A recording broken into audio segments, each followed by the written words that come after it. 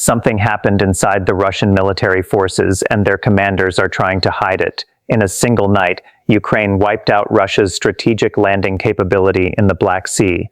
They severed part of the fleet's logistical backbone. They blinded part of the intelligence system that allowed the fleet to see what was coming. They destroyed the launchers of hypersonic weapons that Putin repeatedly declared invincible. They punched holes in the radar network, protecting the entire peninsula. And they did all of that without a single soldier setting foot on Crimea, not a single warship, not a single manned aircraft. Just drones, domestic long-range drones, flying so low that radars couldn't detect them in time, coming from multiple directions at once, so that the defense systems couldn't handle them all, and they achieved what an entire decade of Russian military investment was designed to prevent. Crimea is not an ordinary military base. This is Putin's personal prestige project, the thing he annexed in 2014 as a declaration of the new Russia's strength, the thing he poured more than 10 S-400 batteries into, the Sevastopol naval base with the 240-year history of the Black Sea Fleet, the Belbek airfield with fighters carrying Kinzhal hypersonic missiles, and the bridge connecting Crimea to mainland Russia that he personally drove across on the inauguration day as a symbol of victory. Each one is a layer of wall. Together, they formed what Moscow believed was an impregnable fortress. On the night of April 25, 2026, Ukraine struck 8 strategic targets in the same night, while more than 230 out of more than 300 drones penetrated the entire densest defense network Russia had ever built. What really happened that night was not the ships being hit. That was just the surface. What really happened was Ukraine simultaneously struck 3 things: the fleet's mobility capability, the supply chain keeping it alive, and the very eyes and brain that allowed it to see and respond to threats. 3 layers of attack, 3 things destroyed simultaneously, and each one was a message, not just to Moscow, but to every naval force in the world. Stay with me, because by the end of this article, you will understand exactly what just changed in the Black Sea, why Russia cannot compensate for what they just lost, and why what Ukraine is doing in Crimea could be the blueprint for the future of modern warfare. To understand why that night was so important, you need to understand what Crimea means to Putin, not militarily, but personally. When Russia annexed Crimea in 2014, it was not simply a strategic decision. It was a declaration of identity, that Russia, under Putin, could take back what they believed they had lost, that the Black Sea Fleet, the naval force with a 240-year history, established since Prince Potemkin in 1783, anchored in Sevastopol through the Tsarist, Soviet, and Russian Federation eras, would continue to be a symbol of Moscow's power forever. To protect that symbol, Russia poured military investment into Crimea that few bases in the world could match: more than 10 S-400 batteries, the strengthened and expanded Sevastopol naval base, Belbek airfield with fighters on alert, and the Crimea Bridge as a logistical nerve center. Moscow's goal didn't need to be spoken: to turn Crimea into something Ukraine could never touch, and for many years it seemed to succeed. Then the night of April 25, 2026 arrived. The Alpha unit of the SBU, Ukraine's most elite special forces, launched a completely remote campaign using domestic long-range drones, flying at extremely low altitudes to avoid radar, equipped with electronic warfare protection, approaching from multiple directions simultaneously using swarm tactics. More than 300 drones were launched in one night, targeting 8 strategic objectives. Meanwhile, at the Kerch Strait, Magura V-5 naval drones simultaneously attacked the FSB patrol boat Sobol and the anti-drone boat Granichok guarding the Crimea Bridge. At least 1 Russian soldier was killed, and many were injured. In Sevastopol, residents woke up to continuous explosions, looking out their windows to see the sky lit up by anti-aircraft fire and black smoke columns rising from multiple points in the city. Razvazhiev, the Russian-appointed governor of Sevastopol, declared that 71 drones had been shot down, a number he clearly considered impressive. But let's do the math. More than 300 drones launched, 71 shot down, more than 230 reached their targets, 8 strategic targets destroyed. That is not the definition of defensive success. That is the definition of defensive failure, repackaged in the language of success. Crimea did not fall that night. But what fell was something more important: the illusion of invulnerability that Putin had painstakingly built for more than a decade. And now let me tell you exactly what those 8 targets were, and why each one is far more important than you think. Let's start with the first ship. Yamal is a Ropucha-class landing ship, built in 1988, 112.5 meters long, designed to carry troops, armored vehicles, and heavy equipment directly from the deck onto the beach. No port needed, no pier needed, no infrastructure needed at the receiving end. Payload up to 500 tons, including armored vehicles and hundreds of combat soldiers, all deployable straight onto a hostile beach in minutes. Estimated value over 80 million USD, but the real value is not in that number. This was not the first time Yamal was targeted. In March 2024, the ship was seriously damaged, with holes in the upper deck and listing to one side. Russia repaired it and returned it to service. That night, Ukraine came back and this time completely neutralized it. The real strategic value of Yamal lies not in what it could do, but in what adversaries had to prepare for because of its existence. In 2022, Ukraine was forced to keep thousands of troops along the Odessa coastline, not because Russia was actually preparing a landing, but because Russia had the capability to land and Ukraine could not afford to leave that coast unguarded.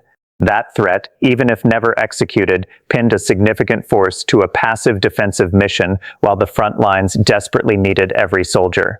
You don't need to use a weapon for it to have strategic value. You only need the opponent to believe you can use it. That night, Ukraine permanently erased that belief. The second ship is Nikolai Filchenkov, a Project 171 transport ship, built in 1975 with a payload of up to 1,000 tons, sunk the same night. The two ships together are worth 150 million USD. Filchenkov was one of the backbone vessels of the Syria Express, the secret Russian military supply line maintained to resupply the Assad regime, carrying bulky military cargo that could not be transported by truck or plane. Ships like Filchenkov were symbols of Russia's strategic naval logistics capability, the ability to sustain military power far away through transport vessels that could go where warships could not. In a single night, Russia lost both its strategic landing capability and part of the naval logistics backbone that had operated for decades. 2 core functions, 2 precise cuts, the same night, and that was only 2 out of 8 targets. The third ship is the least mentioned in the news, but in many ways the most important of the 3. Its name is Even Kursk, and Even Kursk is not a warship in any conventional sense. It carries no missiles, has no deck guns, and is not designed to fight. Even Kursk is a dedicated intelligence reconnaissance ship, collecting electronic signals, listening to and decoding enemy communications, tracking the movements of ships and aircraft from long distances, continuously providing a comprehensive intelligence picture of what is happening around the fleet. This was not the first time Ukraine targeted it. In May 2023, Ukrainian naval drones attacked Even Kursk for the first time while the ship was operating offshore. That night, Ukraine returned for a second time with far more severe damage. Even Kursk was the eyes beyond the horizon for the Black Sea Fleet, seeing what coastal radars could not see, hearing what regular antennas could not catch, giving the fleet what in the military is called situational awareness. When it was hit, the Russian fleet lost part of that capability, not fully knowing what was coming, from which direction, or on what scale. Imagine you are playing chess, but your opponent takes away your ability to see before the game even starts, not taking pieces, but taking your eyes. You still have the pieces, you still know the rules, but you no longer see the full board. When you put the 3 ships side by side, one thing becomes clear. Yamal, strategic landing and mobility capability. Filchenkov, logistics and transport. Even Kursk, intelligence and situational awareness. 3 pillars, 3 cuts, the same night. Ukraine did not strike 3 random targets. They simultaneously hit 3 things that no naval force in the world can lose at the same time without suffering severe damage. That was not luck. That was deliberate design. But the 3 ships are only the first half of the story that night. Because while explosions were shaking Sevastopol port in the northern part of the peninsula, a completely different target was under attack. Belbek airfield was attacked the same night, and the target destroyed on the runway is something that, when you fully understand its meaning, you will see why this could be the most painful blow in the entire campaign. This was not the first time Belbek was targeted. On the night of April 7th, Explosions near Simferopol forced fighters to scramble urgently from this very airfield, a clear sign that Belbek was on the target list of a systematic campaign. That night, Ukraine destroyed a MiG-31 right on the runway and simultaneously hit the airfield's technical maintenance facility. On the surface, the MiG-31 is an interceptor fighter, extremely high speed, extremely high altitude, long range. But that is not why losing it is a disaster. The real reason lies in another weapon, the MiG-31K variant carrying Kinzhal missiles, the hypersonic missile Putin calls invincible, flying 10 times the speed of sound, maneuvering while in flight. Kinzhal is the weapon Russia uses to threaten not only Ukraine but also Europe, the thing Moscow puts on the negotiating table whenever the West talks about intervention. And the MiG-31 is the only current launch platform for Kinzhal. Without the MiG-31, Kinzhal cannot take off, cannot be launched. It is just metal sitting in storage. MiG-31 production stopped completely in 1993, 30 years ago. The modernization program at the Sokol plant only upgrades existing numbers, does not create new ones. Russia's total annual fighter production is 20 to 50 aircraft, all Su series, no MiG-31s. Each MiG-31 destroyed is a permanent loss of part of Kinzhal capability. And permanent here means exactly that. Russia cannot manufacture more, cannot buy from elsewhere. But that night, Ukraine did not just destroy the aircraft on the runway, they also hit the technical maintenance facility. Destroying the aircraft makes the news. Destroying the maintenance facility is long-term strategy. When the hangars and repair workshops are destroyed, the remaining MiG-31s cannot be maintained, repaired, or prepared for missions. You don't need to destroy each aircraft individually. You only need to make them unable to take off safely. Destroying the garage is more effective than chasing each car, and that night Ukraine did both. Now let me talk about the targets the press doesn't even bother mentioning, because they don't have the dramatic images of burning ships or exploding aircraft. But if you ask real military planners which targets will cause the longest-term pain, they will point to these three. First is the MR-10M1 radar station, a dedicated coastal surveillance system, estimated value $5 million USD, hit that night. It doesn't sound impressive next to an $80 million USD ship or a hypersonic missile-carrying fighter. But radar is not a part of the defense system. It is the prerequisite for the entire system. Without data from that radar, S-400s and Panzers don't know what to aim at. They don't become less effective. They become blind. When radar is lost, gaps form in coverage. The next drone swarm flies through exactly those gaps. Each destroyed radar is an open window for every subsequent attack. Notably, just days later, Ukraine returned to hit another MR-10 radar station, an air defense command post, and a Patrol 4 radar system at Sevastopol airfield. It was a systematic campaign targeting each link in the detection network, gradually removing bricks from the wall. The second target was the Air Defense Radio Intelligence Command Post, the center for monitoring airspace, classifying threats, and coordinating defensive responses across the entire Crimea area. The real strength of a defense network lies not in individual systems, it lies in coordination. When the command post is hit, each S-400 battery and each Panzer suddenly has to fight alone, without knowing what the system next to it is tracking or shooting at. You can have the 10 best players in the world, but without a coach coordinating them, they are just 10 individuals running on instinct. The third target was the Luchakma Training Center, where sailors, technicians, and officers are trained for the entire fleet. There were no spectacular explosions, no impressive casualty figures, but you can lose a sailor and replace him in a few weeks. You cannot replace a fully trained, skilled sailor in a few weeks. That takes years. When the training facility is destroyed, the damage doesn't show up today or next month, but 2 years, 3 years from now, when Russia needs manpower to operate what remains. Ships and aircraft make the front page. But radars, command posts, and training centers are what determine whether the next attack succeeds or not. That night, Ukraine was not only striking today, they were investing in every night that follows. But all of that leads to the most important question in this entire story. If Crimea had the densest defense network in the entire war, C-400s, Panzers, Tors, Books, dozens of overlapping systems, why did more than 230 drones still reach their targets and 8 strategic objectives get destroyed? The answer exposes a fundamental flaw in the air defense doctrine Russia has built and exported around the world. The S-400 was designed to destroy aircraft flying at medium and high altitudes, ballistic missiles and cruise missiles at altitudes high enough for radar to detect them early. In those missions, it excels. But Ukrainian drones fly extremely low. So low that terrain and buildings create radar clutter, so low that the detection window is significantly narrowed, so low that by the time radar picks up the signal, the drone is already too close for the system to react in time. That was the first layer of failure. The second layer is electronic warfare. Russia has invested heavily in jamming GPS, and in the early phases of the war it had some effect. But Ukrainian drones now use autonomous navigation. They continue to their targets even if GPS is completely cut, relying on inertial navigation and camera-based terrain recognition. Jamming GPS is no longer enough. The third layer, the decisive one, is swarm tactics. More than 300 drones from multiple directions at once is not just a numbers problem, it is a parallel processing capacity problem. Each S-400 battery has a physical limit on the number of targets it can track simultaneously. Panzer has blind spots. It cannot turn in all directions at once. Tor and Buk have good reaction times but limited ammunition. When facing hundreds of continuous targets from every direction, the ammo runs out before the drones do.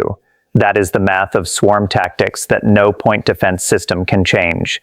According to May 2026 analysis, in April alone, Ukraine destroyed at least 25 major air defense weapons or radars in southwestern Russia and Crimea. The most devastating night was April 15-16, when Ukraine destroyed a long-range radar, S-400 fire units, at least 3 medium-range air defense systems, and 3 medium-range radars in a single night. And the most convincing evidence doesn't come from the West, it comes from the Russian side itself. A pro-Kremlin military blogger who usually defends Moscow's military decisions openly wrote after the campaign that air defenses were focused on protecting Putin's palace in Valdai instead of Crimea. Even the most loyal supporters could no longer hide it. And this is why it matters far more than Crimea itself. Russia has exported not only these weapon systems, but the accompanying air defense doctrine. S-400s in China, India, Turkey, Panzers in Syria, Libya, UAE, Serbia. Every military is studying that night in Sevastopol, not because Ukraine won, but because they won in a way no one was prepared to counter. But to fully understand what is happening in Crimea, you cannot just look at that night, because that night was one link in a much longer chain. Let's go back 8 days earlier. On that day, the primary unit of Ukraine's defense intelligence attacked Sevastopol Bay, hitting Yamal and Filchenkov while destroying the Podlyut K-1 radar worth $5 million USD. That same night, the SBU also struck the Azov landing ship, an unidentified ship, destroyed the Delphin communications antenna and the Yug-Torsen fuel tanks. 8 days later that night, the same units returned with 3 more ships, a MiG-31, radars, command posts, and a training center. In total, 6 ships and dozens of key infrastructure facilities in 8 days, the rhythm of a planned campaign. From June 2025 to March 2026, Ukraine carried out 429 separate attacks on Russian air defense systems. In March 2026, Russia lost more than 35,000 troops, a significant portion due to Ukrainian drone superiority, with forces holding a ratio of 1.3 attack drones for every 1 Russian drone. But while Ukraine attacked from the air and sea, they simultaneously strangled the peninsula's logistics from every direction. That night, the defense intelligence destroyed the Slavyan rail ferry at the Caucasus port, the last operational rail ferry in the Kerch Strait. In March, Ukraine had already neutralized the Avangard ferry. The rail supply line through the Kerch Strait, carrying tanks, heavy artillery, ammunition, and bulk fuel, was completely cut. On that day, the Feodosia fuel depot, Crimea's largest facility, was attacked, with flames visible from 20 kilometers away. The Tuapse depot, 24 out of 46 tanks completely destroyed, plus 4 more damaged, nearly 2/3 of reserve capacity lost in a single night. That day, Ukraine continued striking the TES Simferopol depot and the Pervomaysky ammunition depot. Fuel is what makes ships move, aircraft take off, and supply chains operate. When it burns, everything slows down. The Black Sea Fleet is now trapped on three sides with no escape. Sevastopol under constant attack, Novorossiysk no longer safe since March, when the Puchal minesweeper was sunk right in port, and the open sea facing Neptune missiles and Magura V-5 drones, the type that has proven capable not only of striking ships, but also shooting down Ka-29 helicopters and Russian fighters flying over the Black Sea, turning the entire airspace above the sea surface into a danger zone. The fleet once had more than 80 ships in 2022, now down 30 to 40%, existing on paper but unable to perform any meaningful combat missions. And this is how acting SBU Director Yevgeny Kamara described the logic behind it. Each campaign follows a clear logic, systematically eliminating the enemy's key military infrastructure, fleet, aviation, intelligence, and air defense. Not just direct equipment losses, but the removal of the ability to control the battlefield and plan new offensives. It is a strategy of attrition, not one big battle to end everything, but gradually stripping capabilities from the opponent's hands, one night at a time. And now let me talk about what Moscow really does not want you to think about.